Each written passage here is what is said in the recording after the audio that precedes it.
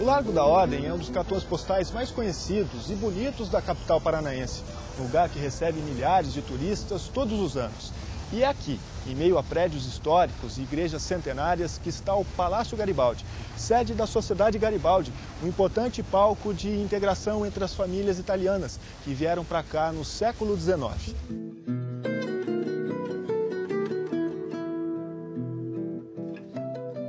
O diretor cultural da Sociedade Garibaldi, Rubens Genaro, conhece, e muito bem, os detalhes dessa história. Genaro, em que contexto o Palácio Garibaldi foi construído? No final dos anos 80 do século XIX, muitos italianos imigrantes que chegavam nos portos do litoral, quando vinham para Curitiba, aumentaram vamos chamar assim, o adensamento da comunidade italiana na cidade de Curitiba.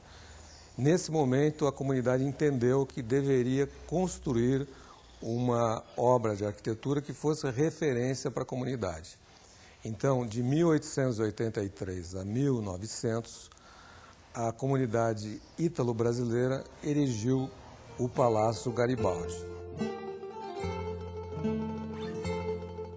Società di Mutuo Soccorso fra Italiani Dimoranti nello Stato di Paraná. Ou seja, quem chegava, e a maioria chegava em péssimas condições, tanto físicas quanto econômicas, subia até Curitiba e eram triados aqui no Palácio, onde eles eram eventualmente levados a empregos, a situação de melhorar a sua saúde, enfim.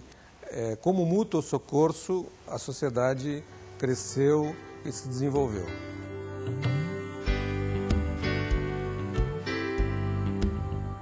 Em 1993, o prédio passou por uma restauração completa. Um trabalho que levou 3 anos e foi comandado pelo arquiteto Paulo Malucelli. Paulo, a parte externa do prédio, quais são as características da arquitetura? Bom, essa edificação, datada de 1904, né, a inauguração dela, é uma obra, nessa época, com características muito simples. E, passado 30 anos depois, ela teve uma intervenção, através de um arquiteto, João de Mio, e passou a ser uma obra de características neoclássicas. Como que a gente percebe isso? Que você encontra as cimalhas, você encontra os ornamentos que suportam as varandas. O que são as cimalhas? As cimalhas são essas molduras que envolvem o prédio, né, e que envolvem também as esquadrias, né? Depois, no coroamento de cima, nós vemos cimalhas mais sofisticadas, com mais ornamentos, com mais frisos, e depois coroando lá em cima 4 pinhas, né? Que você vê que elas são bem ornamentadas, bem desenhadas, que era para dar imponência na obra na época. Eu acredito que o Palácio Garibaldi, em termos de obra de arquitetura, para homenagear a figura do Giuseppe Garibaldi no mundo todo não tem igual. Esse é o maior e melhor palácio em homenagem ao Garibaldi em todo o mundo. Nem na Itália tem algo assim. Por que Giuseppe Garibaldi? Em homenagem àquilo que é considerado o grande homem do século XIX, o herói dos 2 mundos, porque atuou no Brasil e com a sua esposa Anita Garibaldi, depois de retornar à Itália, durante praticamente 20 ou 25 anos, ele trabalhou militarmente a unificação da Itália. Unida a Itália, o Garibaldi passa a ser o grande César, o grande revolucionário, ou seja, o Che Guevara que deu certo no século XIX. Quais foram as grandes comemorações, os grandes eventos que já passaram por esses salões aqui do Palácio? São inúmeros, são muitos ao longo desses 100 e tantos anos de história. Eu creio que na década de 10, na década de 20, o Palácio ele sediava as grandes manifestações culturais, tanto de pintura, quanto de teatro, quanto de música, na capital do Paraná.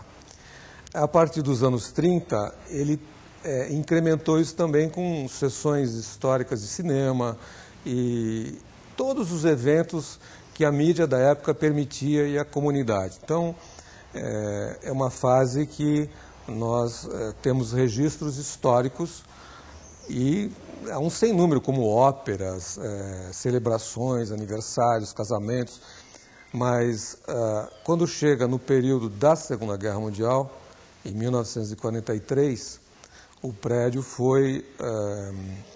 Sofreu uma intervenção. Sofreu uma intervenção do então governo do Estado, corroborado pela ideia de que havia no Palácio Garibaldi manifestações contrárias ao governo brasileiro em função da guerra. O que nós discordávamos e discordamos sempre. Mas em função de uma atitude oficial, o prédio sofreu intervenção e de 43 até 1962, por ironia ou não, foi o Tribunal de Justiça do Estado do Paraná.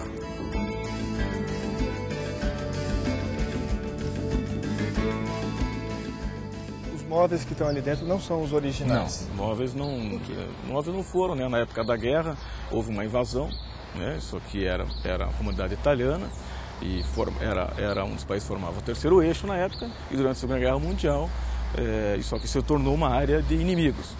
E as pessoas invadiram a sociedade e detonaram, quebraram os móveis.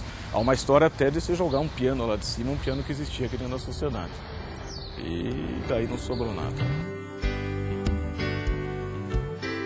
Do ano de 62 até a década de 90, os primórdios dos anos 90, o prédio serviu à comunidade ítalo-brasileira, porque não é só do prédio os descendentes de italianos. Existem poloneses, existem alemães, existem afrodescendentes desde os primórdios de 1900, existiram também japoneses. Então, o prédio serviu à comunidade de Curitiba e o Paraná em geral de várias formas, né? Quando em 90 a diretoria que nós viemos a pertencer assume o prédio, ele estava numa situação, do ponto de vista da manutenção, deplorável, né? Com janelas, portas, paredes em estado de precariedade. A restauração, de fato, se iniciou em 1993, quando dentro aqui da sociedade nós fomos chamados para fazer um laudo técnico da situação do prédio naquela época e encontramos o prédio bastante danificado. Fizemos inclusive um laudo com um engenheiro especializado em madeira e ele na época inclusive condenou a estrutura da cobertura. Condenou, colocando em termos técnicos que ela poderia realmente ruir ou até cair a cobertura. A partir daí a sociedade entendeu que teria que ser feito uma recuperação de toda a cobertura e o restauro então passou-se a ser efetivamente feito. Nós trocamos todo o telhado, recuperamos, montamos uma nova estrutura para suportar a cobertura, retiramos todas as telhas, lavamos todas as telhas e recolocamos as telhas. 80% das telhas hoje que estão no prédio são telhas centenárias, de uma olaria bastante antiga aqui da nossa região. Mas o prédio é como ele era em 1934. Nada se perdeu. O assoalho, que era de madeira, continua de madeira. O forro, que era de madeira, continua de madeira com os mesmos desenhos que nós remontamos através de levantamentos fotográficos da época, de fotos antigas. As paredes, o entorno, toda a estrutura de alvenaria de tijolo continua a mesma, ela só foi restaurada, algumas foram arrumadas, haviam janelas que estavam fechadas com alvenaria, nós reabrimos essas janelas, refizemos essas esquadrias com as mesmas características das esquadrias que já existiam, restauramos aquelas que eram passíveis de restauração, esquadrias, portas, cremonas, fechaduras, todas essas que puderam ser restauradas foram restauradas e aquelas que não puderam foram substituídas. Quer dizer, as características não se perderam.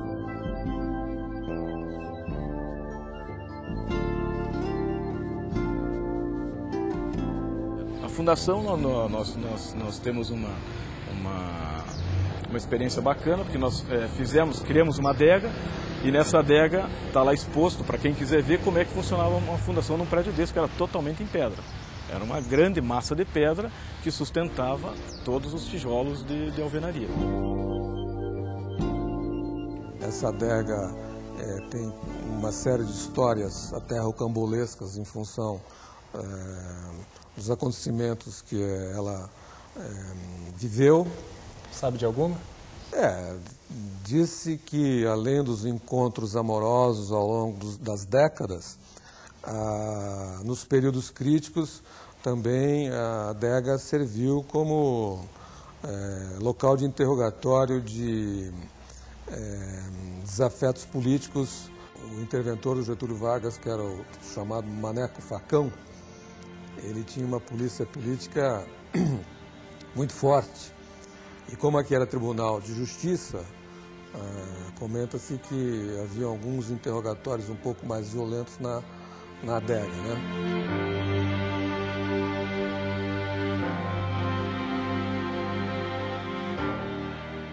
Então aqui a gente encontra detalhes da fundação do prédio. Aqui ficou a característica de, mostrando, e foi intencional isso, nós deixamos à vista, à mostra, né, até para que as pessoas tenham conhecimento de como é que era a fundação do prédio, né? Todo em pedra irregular, iam montando, iam emassando, e a partir daí o prédio nasce em cima da pedra com o tijolo maciço de barro, né? Isso aqui foi proposital. Nós temos uma cortina de concreto que segura, né, a fundação, porque nós descemos a adega abaixo do nível do solo existente, né? Perfuramos o solo, afundamos o solo, o piso, e mantivemos justamente para mostrar como é que funcionava isso, né? Era muito difícil construir um prédio desse naquela época? Seguramente. E até por isso que ele durou muitos anos, né? Ele começou em 1888, mais ou menos, 89, foi até 1904. Quer dizer, são alguns anos. E muita gente trabalhando, né? Toda a comunidade italiana presente na obra. E tem um detalhe muito interessante. Lá fora tem uma pedra do Monte Grappa, que fica na fronteira da Áustria com a Itália. E isso veio até o porto de Paranaguá, na década de 20, e subiu pela Estrada da Graciosa em carroções, um esforço extraordinário. O que significa essa pedra do Monte Grappa? Primeiro que é uma pedra que representa os tombados, os soldados todos que morreram em todas as últimas guerras. Mas representa também o esforço, a luta do homem contra as intempéries, e que todos nós, seres humanos, ao longo da nossa vida, talvez sejamos uma pedra bruta que tem que ser esmerilhada, que tem que ser polida para ficar melhor.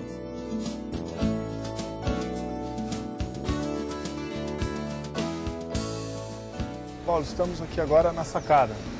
Pois é, a sacada, além de ser um elemento decorativo muito importante na fachada principal do prédio, a gente entende que a função dela, projetada pelos arquitetos, engenheiros da época, era fazer com que as pessoas que usavam o salão pudessem fazer uso da sacada e poder apreciar da vista maravilhosa que mesmo na época já devia ser, né? O prédio tem o privilégio de estar numa cota acima da maioria das edificações daquela época, né? E numa região bem central. Exatamente.